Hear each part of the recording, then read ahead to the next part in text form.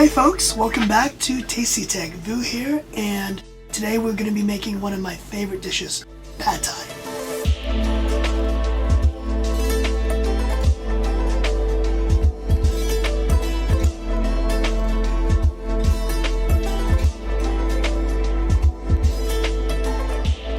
Back in 2006, when I went to school in Connecticut, I worked at a really cool Thai restaurant called East Moon, and they made the best pad thai. And every time I go to another town, another state, I look for pad thai that was the same as the dish that we had in Connecticut. Well, after a lot of research, I found out exactly how to make that recipe, and I'm going to share it with you today.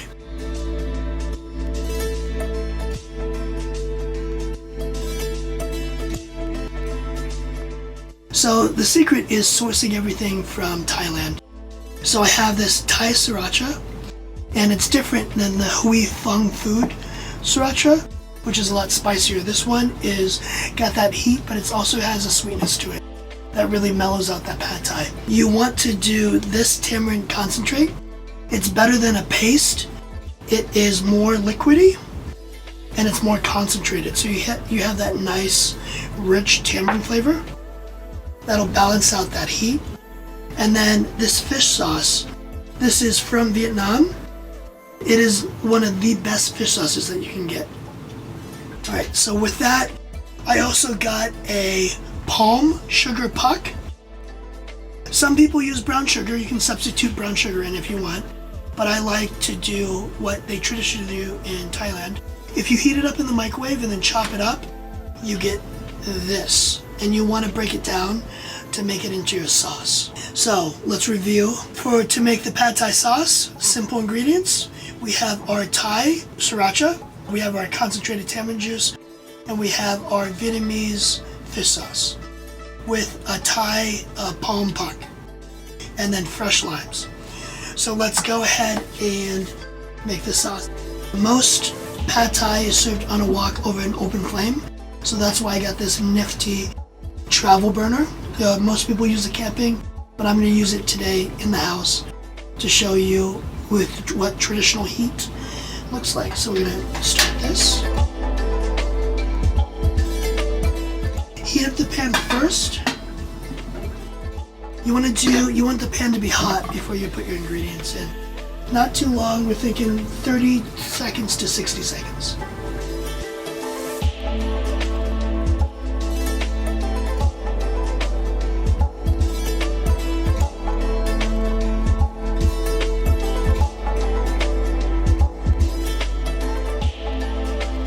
The sauce is perfect. You can look at the color and the consistency. All the palm sugar is reduced. There's no clumps. Now we're going to take the sauce, put it in a bowl to set aside for later. And then when we add it to the noodles and our protein.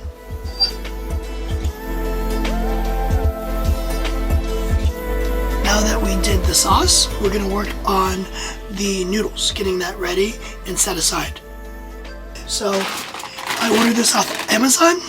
You can do two noodles. You can do a dry noodle, or you can do a partially wet noodle that you can find at any Asian store. It's just called a pad thai noodle. But this is just they're like rice sticks, but they're the same thing. So I'm going to use 8 ounces, which is half. This is a 16-ounce bag. There's multiple ways that you can do this.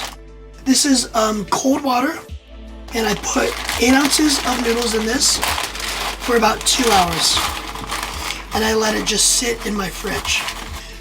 It's pretty hard and dry right now, but after 2 hours, see how soft it is? So that's the kind of consistency you want. Some people boil these noodles, but I wouldn't recommend it because you want the noodle to be a little like tougher, like chewier, so that you get a better texture. If you boil it, then the noodle becomes really soggy. You don't want that. It's like overcooking your pasta noodles. All right, now that the noodles are done, you just set it aside in the fridge, and then you can come back to it. Now that we have the noodles sitting out, we're going to work on our protein.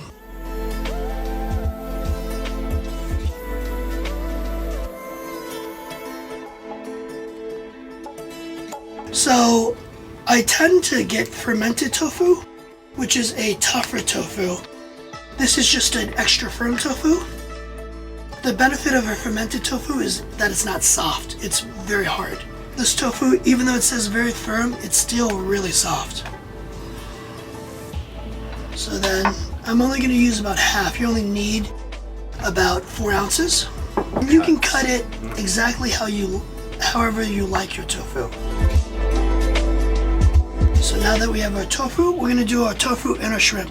With the shrimp, I like to get my shrimp raw, and I like to get it deveined. And then I set it aside. I'm going to fry the tofu first, and then I'll do the shrimp. I'm going to set that aside afterwards. So you guys ready?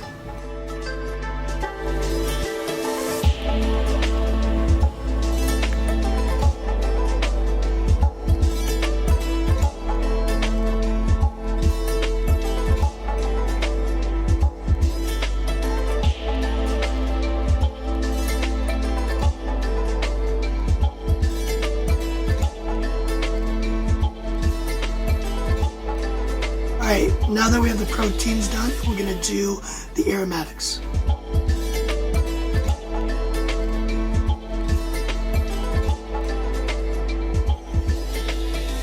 I got this from Amazon. It's dried shrimp, and it's a preserved radish.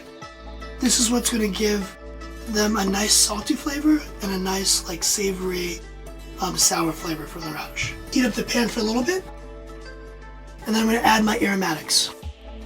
I'm going to do garlic, shallots, and then I'm going to do my radish, preserved radish, shrimp, and my green onion. Alright, nice and hot. Takes about 15-30 seconds. In the garlic first. This is going to add a really nice nose, aromatic smell to the room and to your dish.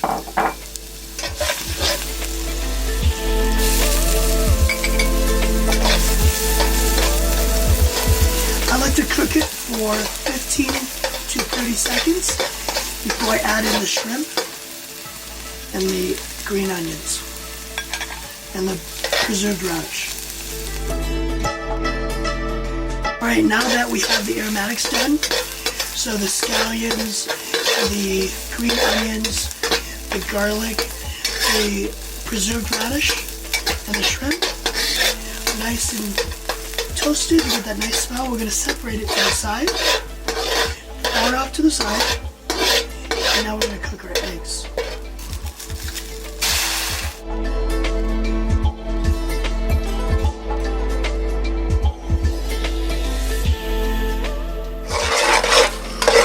Once the egg is looking good, we're going to add in our noodles, and then finish it off with the protein and the sauce.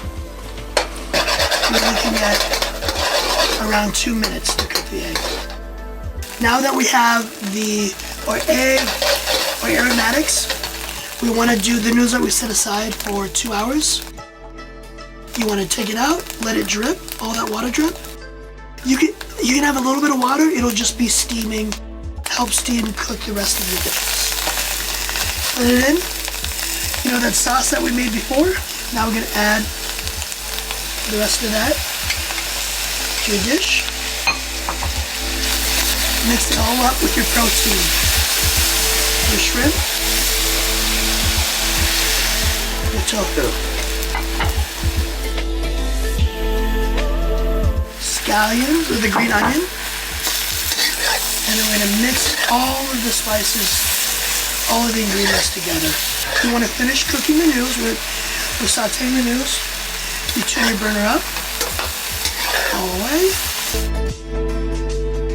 I'm going to add a handful of crushed peanuts to the dish. And then I'm going to wait till it's almost done, and I'm going to add the bean sprouts in. I like my bean sprouts crunchy, so I want to add it in at the very end.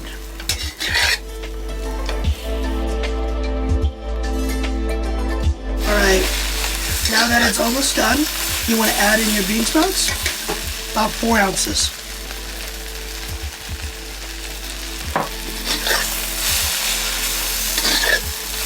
And you're going to cook for an additional 45 to 60 seconds. Then add in the rest of your lime juice. a teaspoon of fresh smoked paprika. And then it's done. We have additional garnish, bean sprouts, green onion, lime, and peanuts. But this is the piece de resistance. This is a ground Thai chili. It's very hot. I like it better than, say, a cayenne pepper because it's got a little bit more flavor to it. It's not as spicy. So, all right, you ready to plate? There we go.